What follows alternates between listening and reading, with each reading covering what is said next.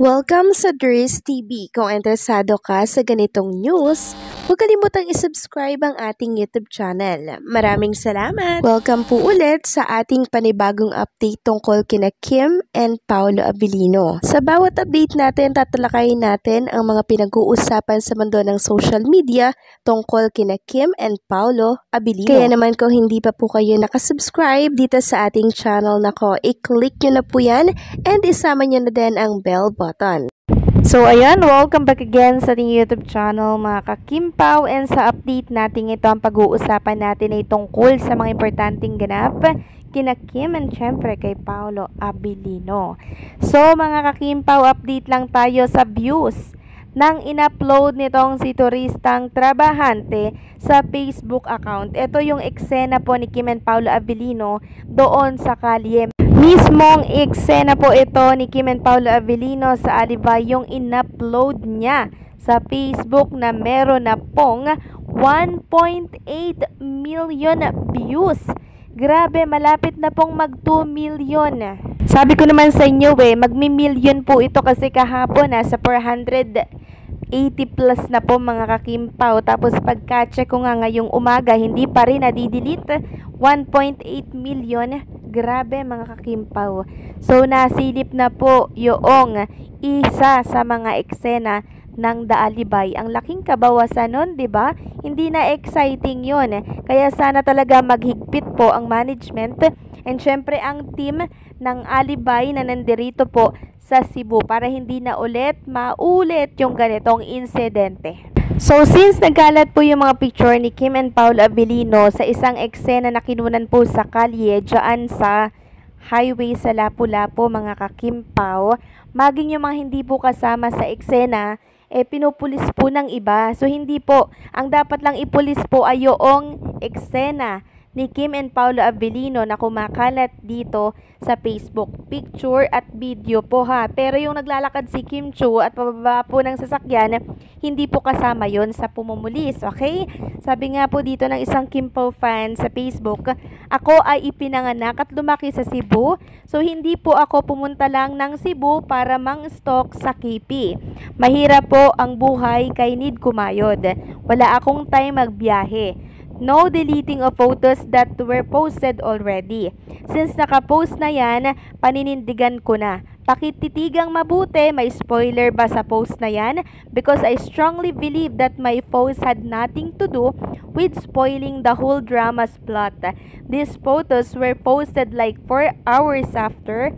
Huwag masyadong OA. Ang bawal i-post bilang mga solid fans ay yung eksena mismo na magiging spoiler sa palabas. And before kayo mag-comment ng kaartehan, check ninyo muna profile ko kung ano-ano mga post ko nang malaman nyo sino ang stalker. So maging ako nga din mga kakimpaw, may nagsabi sa akin na yung pinost ko daw is spoiler. Samantalang hindi ko nga po pinost, diba? Yung kung saan ay si Kim and Paolo Abilino po ay umi-eksena doon sa kali. Hindi ko yun pinost. Ang pinost ko lang mga kakimpaw ay yung pagbaba po ni Kim and Paolo Abilino doon sa van, tapos yung naglalakad sila, yun lang, 'di ba? Sabi ko nga sa inyo, bawal kong i-post 'yon. At wala namang spoiler sa pagbaba po ng van ni Kim and Paolo at di pa naman po nagsisimula yung taping niyan. Ang bawal po talaga ay yung mismong eksena na kinukunan po si Kim and Paolo. Yun ang bawal. Ito yung pulisin nyo yung merong 1.8 million views sa kung saan na eksena na po ng Daalibay yung in-upload niya sa kanyang Facebook page. Next topic naman, pag-usapan natin mga kakimpaw ang tungkol dito sa mga usapan sa Facebook. So meron akong nakita tungkol doon kay attorney Oliver ba yun? Yung nililing po kay Chinita Princess. Sabi kasi dito ni Blair, nakakatuwa lang, may nag-comment, may special participation daw po si attorney kasi sa Cebu nag-shoot ang Kim Pao. So ano na naman ang isyong ito? Sa tingin ba nila papayagan po ni Paolo Abilino na makapasok si attorney Oliver dito sa Daalibay? Gayong grabe yung pagkahigpit ni Paolo Abilino nabantayan si Chinita Princess tapos magpapapasok ng Attorney Oliver. Meron pa nga nagsasabi na sinundan daw ni Attorney Oliver si Chinita Princess dito sa Cebu. Sus Mio Marimar, kung ano-ano na lamang po ang nakikita natin dito sa Facebook, ano? Wala pong katotohanan yan, mga kakimpaw. Yung iba kasi, nagpapanik na naman, oh, bakit andyan si Attorney Oliver? Bakit nag-shoot dyan? Sa Cebu, bakit dyan yung location? 'Di ba? May mga ganyan po. Kasali ba si Attorney Oliver? So, ang dami pong mga katanungan na nagsi-circulate dito sa mundo ng social media. Kaya babasagin natin yan. Hindi po kasali si Attorney Oliver dito. At hindi po yan isasama ni Paolo Abilino. Kita naman natin kahapon si Paolo Abilino, 'di ba? Kung gaano siya ka-gentleman at kaingat at kaalaga kay Chinita Princess nung pababa po siya, 'di ba, sa van. Todo takip po siya kay Chinita Princess para hindi po siya masilipan kasi kay iksi-iksi ng kanyang skirt.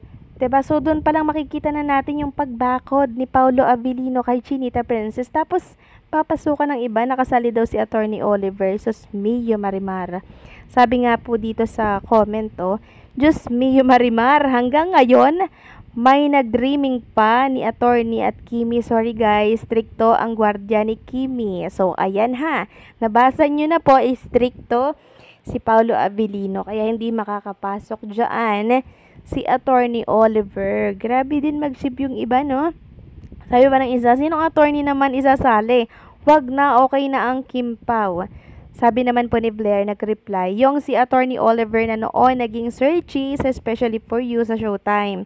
Bisaya yon, tas at the time andon si Kime kaya tinutokso-tokso nila ni Meme. Tas ayun, binigyan ng kahulugan ng mga nega. So yung nagbibigay ng mga kahulugan na yan yung gustong masira po yung tambalang Kim Pao. Kaya po siniship si Chinita Princess sa ibang lalaki, 'di ba? Akala naman nila ipapatulan po ni Chinita Princess 'yon. Si Kim Chu po ay loyal yan ha. Pag meron siyang boyfriend, meron na siyang partner, hindi na po siya nag-entertain ng iba pang mga lalaki. Yan yung isa sa mga nagustuhan ko kay Chinita Princess. Seryoso siya, mga kakimpaw.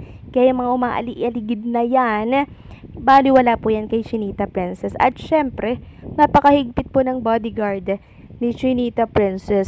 Piling naman nila makakalusot yung Attorney Oliver na gusto nila kay Kim Chu. Hindi po yun mangyayari, mga kakimpaw ha. Kaya wag po kayong maniniwala sa mga kumakalat na kung ano-anong post tungkol dito sa pagsunod ni Attorney Oliver kung saan-saan man na kung saan ando doon si Chinita Princess. Fake news yun, wala pong katotohanan yon. Isipin nyo na lamang po si Paolo Abilino ay laging nakabakod kay Chinita Princess. Mahigpit po ang gwardiya ni Chinita Princess, mga kakimpaw ha. Yun na lang yung lagi nating iisipin. Basta si Kim, lagi pong bantay sarado ni Paolo Abilino para wala po syempreng makalapit or makasalisi po kay Chinita Princess. Kasi syempre pinagkakaila ni Paolo Abilino yan, mga kakimpaw. So, anong sa inyo dito? Naniniwala ba kayo dyan? Please comment down below. So, paano hanggang dito na lamang pong update natin. Maraming salamat sa patuloy na pagsuporta.